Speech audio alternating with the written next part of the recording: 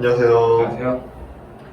대터의 주간 환율 전망이 돌아왔습니다. 이번 주에는 저만 맞췄죠? 네, 완전히 맞췄죠. 네. 뭐 사실 1190원 하다는 얘기 말씀드렸는데 한 2시간 틀렸습니다. 일주일 중에. 6월 8일부터 6월 12일까지 달러원 저점은 1188.60. 이런 게 또 오네요. 네. 고점은 1209.60. 그 다음에 오늘 금요일 종가는 1203.80원이었습니다. 무슨 일이 있었냐면 먼저 미국 고용지표, 비농업 부문 고용지표가 나왔는데 시장 예상은 고용이 더 줄었겠지, 그러니까 실업자가 늘어났겠지였는데 오히려 다시 고용이 증가하는 걸로 반전돼서 나왔고요. 실업률도 시장 예상치보다 낮은 걸로 발표가 됐습니다. 그랬더니 경제가 살아났나 보다. 그래가지고 엄청나게 주식이 호조를 보였죠. 따라서 위험자산 선호 심리가 더 강해져가지고 달러원은 많이 빠져서 개장을 했었는데, 그래도 120일 이동평균선 이런 선들은 그냥 저는 중요한 선이라고 생각을 하거든요. 네, 이런 게 이제 1200, 예를 들면 1203원, 1197원 이 정도에 걸쳐 있기 때문에 1200원에서 더 빠지지는 않는 모습을 월요일까지는 보였었습니다.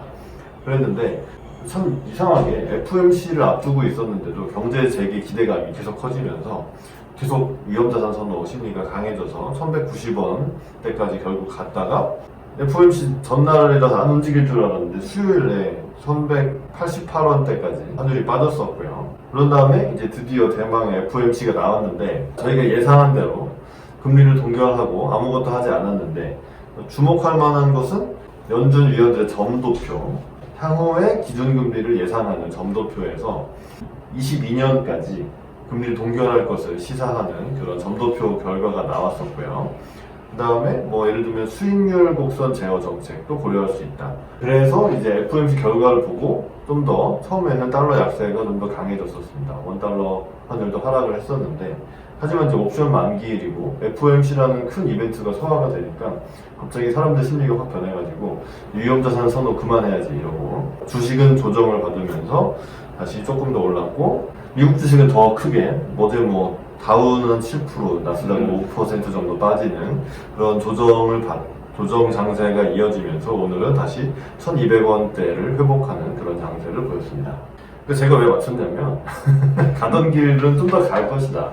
이 금융시장에 탐욕스러운 사람들은 다 가니까 나도 가야지 이렇게 다들 좀 따라가다 보니까 위험자산 선호가 상당히 강해지면서 주식이 계속 오르는 그런 장세가 이번 주 초반 FOMC 발표 전까지는 이어졌던 게 결국 제가 맞추는 계기가 됐던 거죠.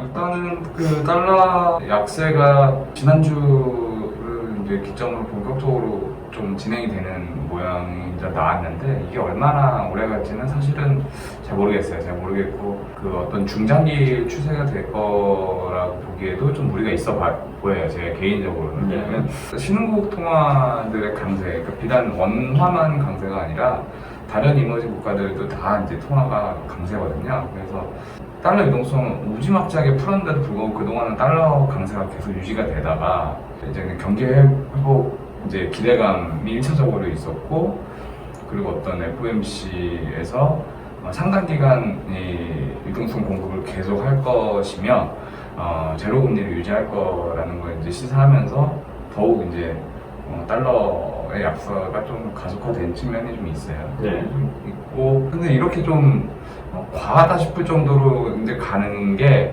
말씀하셨지만 자산 재분배를 이제 하다 보면 이제 글로벌 이제 투자 은행이나 투자를 하다 보면은 그 트렌드라는 게 있는데 단기 트렌드에도 중장기 트렌드가 있는데 단기적인 이제 그 추세를 탔다고 좀 봐야겠죠. 그렇죠. 보면서 진짜 가던 길을 좀 가고, 주식도 가던 길을 좀 더 가다가 이제 어제 오늘 이제 좀 꺾이긴 했지만 일단은 그렇게 해서 좀 많이 빠지는 듯 하지만 한편으로는 그게 또 이해가 되는 그런 모양이었습니다. 그렇습니다. 네. 그래서 이제 오버슈팅이라는 말이 왜 존재하냐면, 가던 길을 계속 가다가 오버슈팅을 한번 하다가 전부 다 갑자기 획 심리가 돌아가면서 이게 아니었나 보다.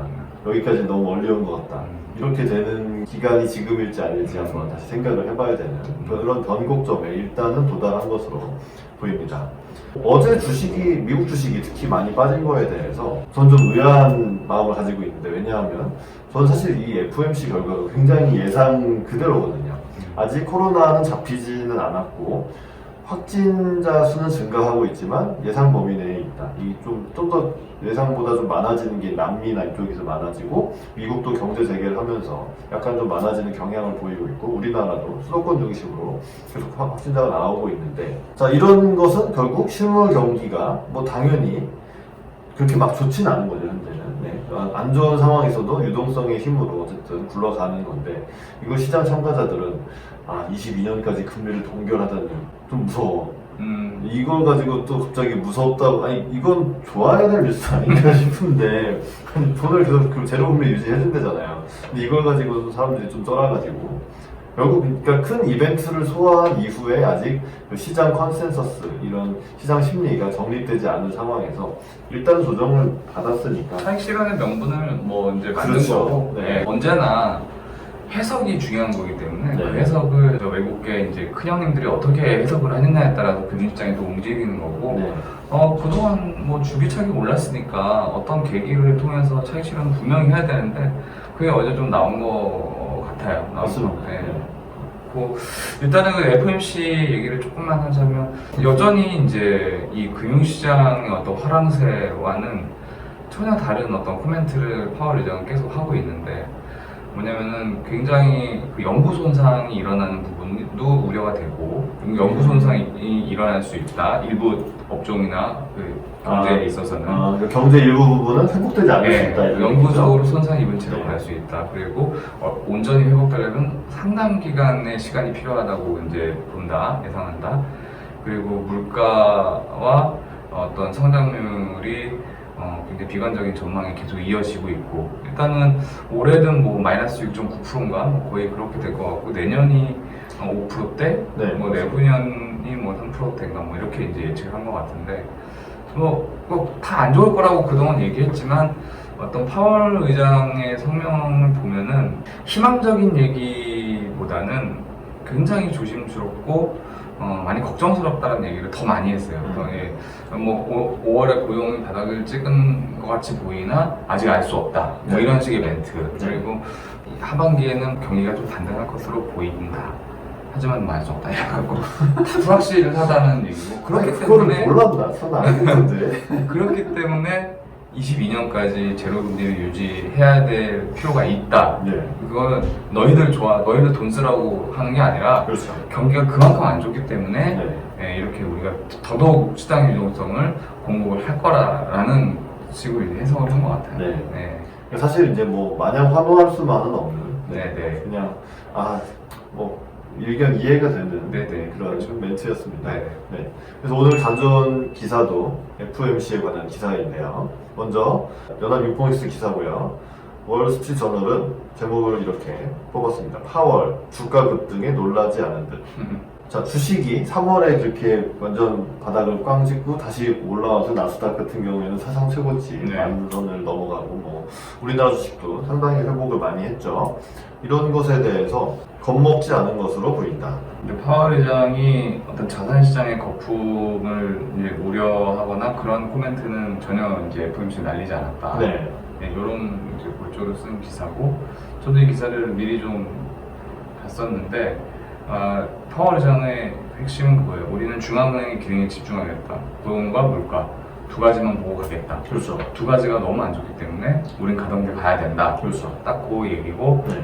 어떤 자산시장과 어떤 금융시장의 어떤 전반적인 뭐 위험 선호도, 거품, 어떤 그 내재 가치에 대한 어떤 그런 고민, 그런 거는 우리들은 평가하지 않는다. 네. 우리의 역할이 아니다라고 해서 어찌됐든 아무리 자기가 거품이라고 생각을 해도 그걸 비밀로 지금 뭔가 긴축을 하거나 할 수 없다라는 식의 이제 확답을 이제 찍은 거죠. 그렇죠. 네. 그래서 이제 사실 저는 이제 금융계에 있기 때문에 더 그렇지만, 어쨌든 이런 중앙은행 정책 담당자들은 금융시장, 금융계, 자산시장, 자본시장 이런 거보다는 진짜 실물 경기, 정말 고용과 물가 그렇죠. 이런 것에 더 중점을 그렇죠. 주고 정책을 결정하지. 주식이 많이 올랐으니까 이제 돈 그만 풀어야 되는 거 아닌가? 그런- 이런 생각은 하면 안 될 것 같아요. 당연히 안 해야죠. 네. 근데 이제 이 기사의 말미에는 이 연준의 이런 행보에 대해서 비판을 뭐라고 하는 사람들이 있냐면, 이런 부양책 같은 일련의 조치는 자산 가격 거품에 일조한다는 비판을 하고 있다. 일부는 그러한 조치가 부자들을 더욱 부자로 만들어서 소득 불평등을 야기하고 있다고 주장한다. 근데 중앙은행의 책무는 소득 불평등을 해결하는 게 아니에요. 그러니까 이런 비판을 하는 사람들은 뭔가 기능과 역할에 대해서 좀 잘못 생각하는 게 아닌가. 그래서 만약에 여러분들이 뭔가 투자자의 입장에서 연준의 행보를 예상을 할 때 주식이 다 올라왔으니까 돈을 그만 풀어야지, 이런 생각은 하면 안 된다는 게 저의 주장입니다. 그러니까 주가 급등을 한다고 사실 놀랄 이유는 없는 거죠. 이 제목이 이상한 거죠. 그래서 가져왔고요. 네. 뭐 그런 건 있어요. 이제 지금 이렇게 유동성을 전면적으로 공급을 하고 거의 시장의 모든 분야에 수혜가 들어가도록 엄청나게 이제 무차별 폭격을 이제 돈 살포를 했는데, 헬리콥터원이 확 그렇죠. 그리고 있죠 지금. 근데 이게 어떤 타겟팅이 된 층을 집중적으로 케어하는 게 아니라 전반적인 어떤 뭐 팬데믹이라는 상황이 누구나 그 피해를 보고 있기 때문에 그렇게 하는 건 맞지만, 결국 이거의 어떤 부작용은, 뜻하지 않은 부작용은 분명히 나오긴 할 거예요. 그렇죠. 그거에 대해서는 나중에 이제 평가를 받고 네. 비판을 하겠지만, 현재 어떤 그 실물 경기 지표 상황상 뭔가 자산시장의 거품과 어떤 급등과 이런 거에 연관해서는 파월은 자기는 할 말 없다. 그렇죠. 내 역할 아니다라고 네. 뭐 언론적인 얘기를 한 거죠. 그래서 저는 여기서 한 발짝 더 나가서 뭐냐면, 결국 그렇게 유동성이 살포되고 있기 때문에 자산 가격의 거품이나 이런 상승은 피할 수 없다 이겁니다. 그러니까 우리는 모든 것을 리프라이싱, 가격을 재산정해야 된다. 왜냐하면 돈값이 확 떨어졌으니까 못 오르던 주식은 조금 오르고 잘 오르던 주식은 많이 오를 것을 대비해야 되지 않을까. 원화 같은 그 신흥 통화에 대해서도 좀 더 강세로 갈 수도 있다. 왜냐하면 달러가 약세니까. 이런 생각을 저는 아직 컨셉으로 가지고 있는데, 그런 얘기였고요. 그 다음에 이제 오늘 나온 연합인포메이션 기사고요. 뉴욕타임즈는 미국의 투자자들이 경기 비관론을 받아들이기 시작했다. 네, 이런 기사입니다. 네. 왜냐면 이제 어젯밤에 그 미국 주식의 조정 하락세를 보면서 하는 얘기죠.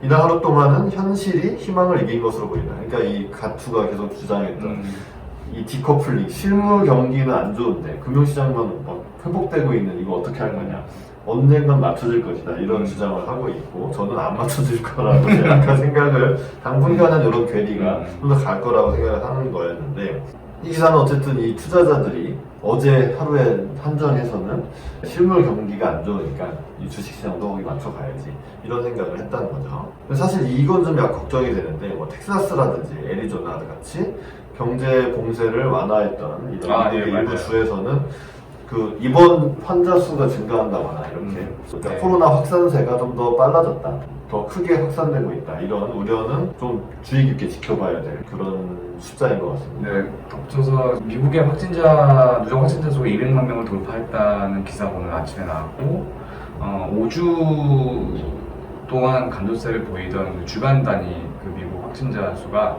다시 이번 주에 반등을 했어요. 확진자가 좀 늘어나서 2차 팬데믹, 2차 확산에 대한 우려가 조금씩 고결되고 있다. 네. 이런 부분은 좀 관심 있게 좀 보시면서 투자를 하시거나 뭔가 이제 미래를 좀 예측을 해볼 때 좀 확실히 그런 부분은 좀 관심을 두셔야 될 것 같아요. 그렇죠. 그러니까 자본시장이 잘 가고 있다가 실물경에서 2차 팬데믹이 진짜로 발생을 해버리면 네. 당연히 그걸 따라갈 수밖에 없는 그래서 거죠. 올해는 어쩔 수 없이 변동성 장이 나올 수밖에 없어요. 맞아요. 위아래로 네. 그냥 어쩔 수가 없는 것 같아요. 거기에 확산되면 또 돈 뿌릴 거 아니야, 막. 그렇죠. 네. 또 돈 뿌리면 또 이렇게 막 했다가 올라갔다가 또 이거 뭐 실물 망하는 거 아니야? 또 빠졌다. 거품이 되고 훅 꺼지고 진짜. 그러니까 이게 올해는 분명히 모든 자산군에서 어마어마한 변동성을 계속 동반할 수밖에 없는 것 같아요. 그렇죠. 네, 동반할 것 같고.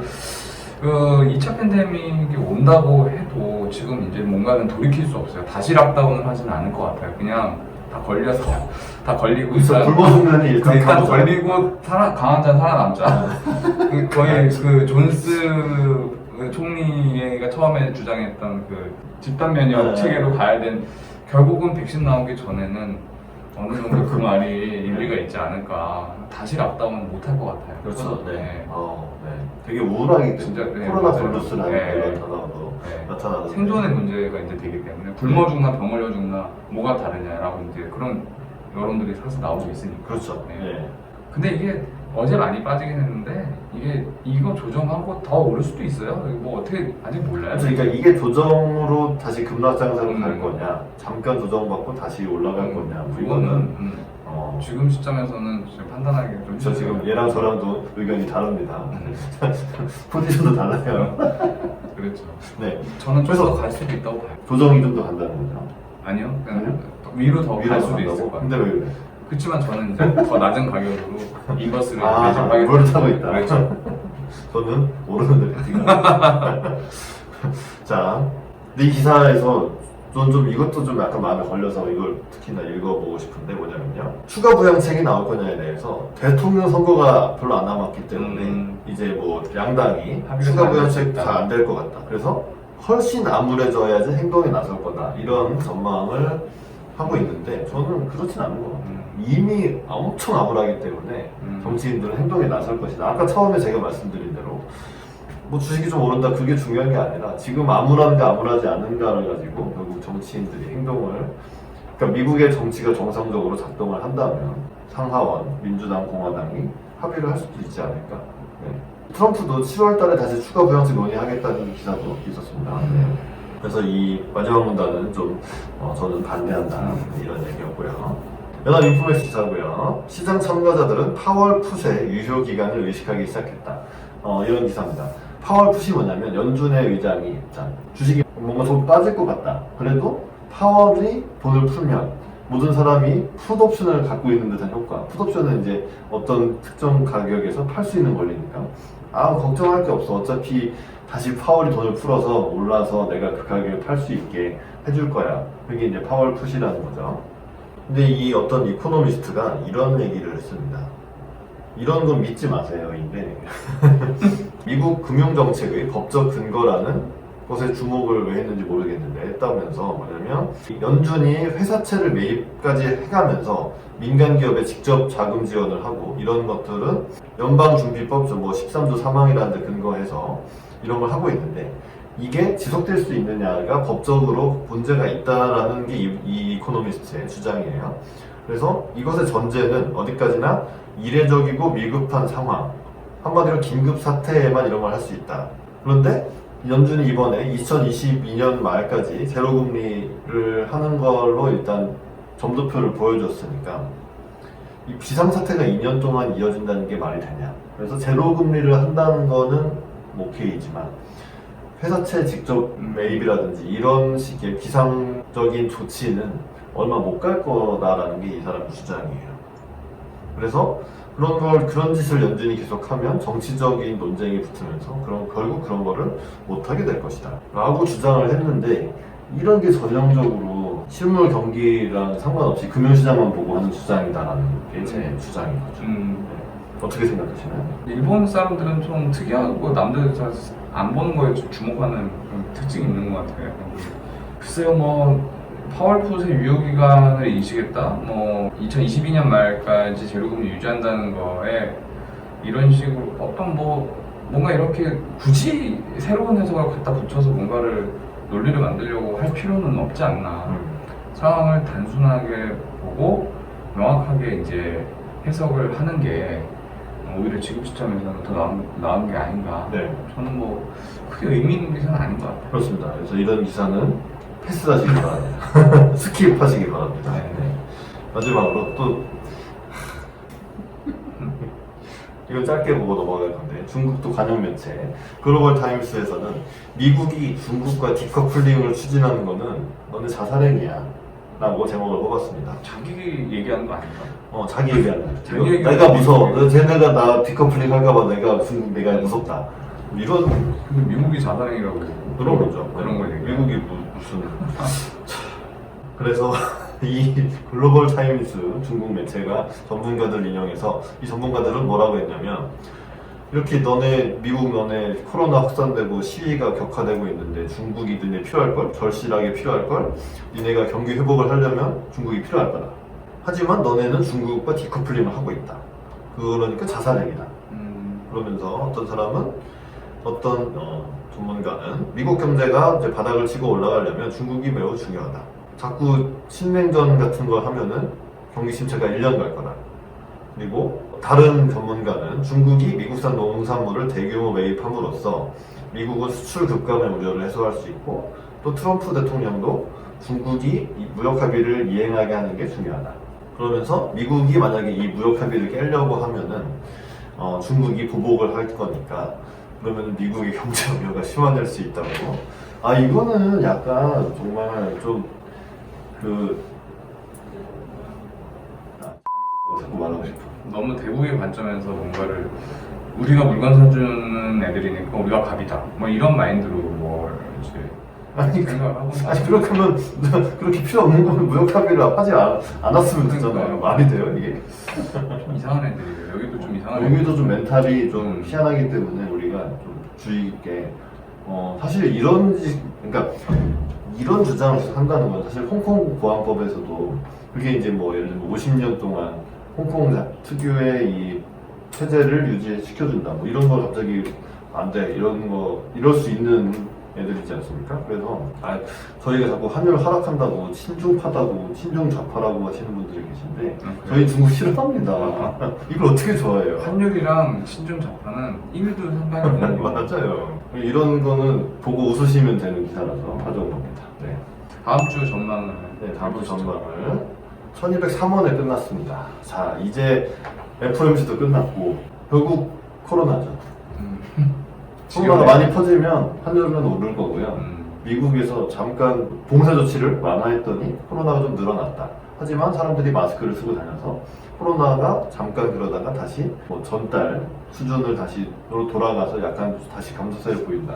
그러면은 지금 그 미 연준의 대차 대조표 그 그래프를 저희 지난 방송에서 보여드렸었는데 돈을 이렇게 풀고 코로나가 예측 범위 안에 있으면은 계속 가던 길 가는 겁니다. 위험자산 선호 방향으로. 그래서 그러니까 기본적으로는 이제 그 코로나가 예측 범위에 있을 거다라는 전제를 깔고 가는 건데 사실 목금의 이 조정세는 그러니까 위험자산의 조정장세, 주식이 빠지고 이런 거는 약간 심리에 타격을 조금 줘서 조금 더 이런 분위기가 며칠은 더 이어질 수 있을 것 같아요. 조정을 한번 했으면은 그래도 칼을 뽑았으면은 슥싹슥싹 뭔가 좀 해야 되니까 월화 정도까지 조정을 받다가 다시 아니었어 코로나는 괜찮아졌어 이러면서 다시 가던 길을 갈 수 있기 때문에 지난주랑 똑같이 1190부터 1215원까지로 예측을 하고 코로나에 달려있지만은 주 초반에는 오르다가 주 후반에 빠지는 걸로 전망해 보겠습니다. 어떻게 보시나요? 어떤 그 위험자산 선호 여부가 여전히 이제 관건인 것 같고요.